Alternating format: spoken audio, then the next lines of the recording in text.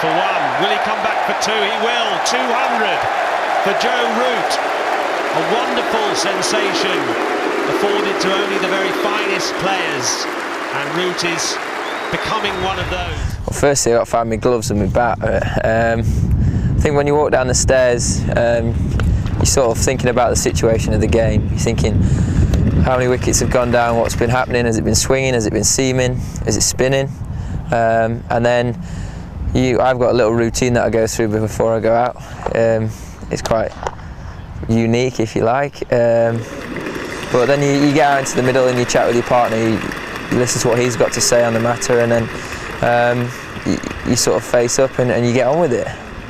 From, I think it must have been a game where I did it once and I got a few runs, and since then it sort of stuck, really. It is a bit peculiar, but it just helps me get ready. It gets my feet going, it gets my gets everything, my mind right, gets me focused on the job in hand, and then go out and just worry about facing the next ball.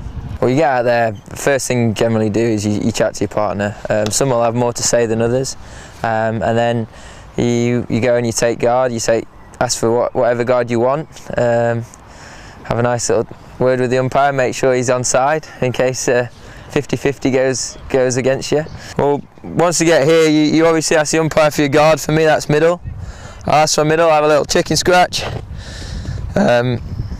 Have a little look round at the field, check where everyone's standing, give me a sort of mental image, so when the guy's running in, I know roughly where everyone is. I then have a little bit of a stretch, make sure I'm nice and ready and loose, and then I'll face up, and hopefully it goes well.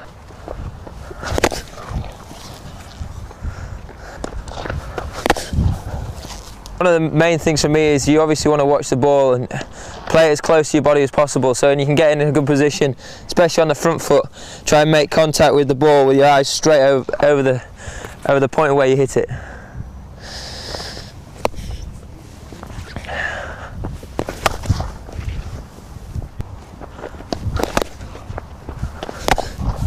We'll be facing up, the guy will be running in. I've got a little pre-delivery movement which helps me get ready for delivery, so as he's just about to get into his delivery stride, I'll have a little shuffle back, try and get my weight back into the ball, and then wait for the ball to come down. Hopefully straight. Then it's just about judging length, so generally once you've moved, you have another little movement where you either think, well, I need to get back in behind the ball, or you take another stride forward and get your head right over the ball so you can make good contact.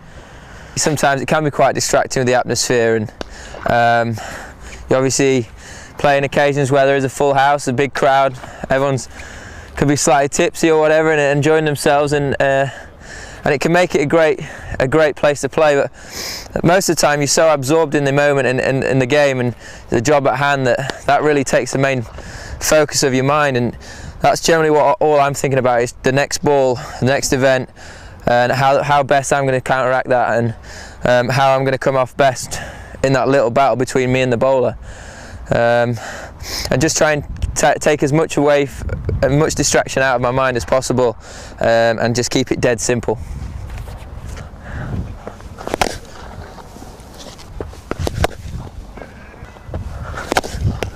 A lot of the time you're so involved in the game and you're so absorbed in the moment that you don't really get to properly appreciate the crowd, but when you do get to the odd milestone, or you're batting with someone that does, that's when it sort of kicks in and it sort of hits you. And the atmosphere when I got my 100 here was amazing.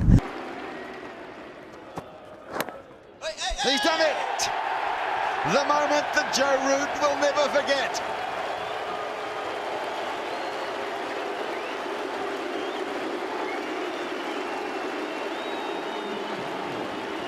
A star is born.